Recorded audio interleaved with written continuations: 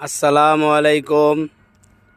আমার ইউটিউবের, ফেসবুকের পেজের, টিকটকের ফ্যান ফলোয়ার ভাই ও বোনেরা, আমরা এখন মোংলা,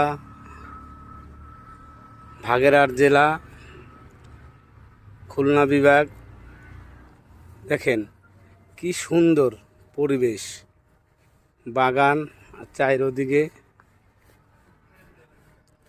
দেখার মতো দৃশ্য। দেখেন বাড়ি ঘর, গাছপালা, শ্যামল পরিপূর্ণ সব।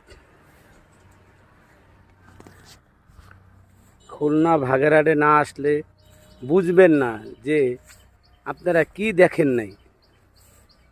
তাই সবাই আসবেন, দেখেন শস্য শ্যামল সব পরিবেশ।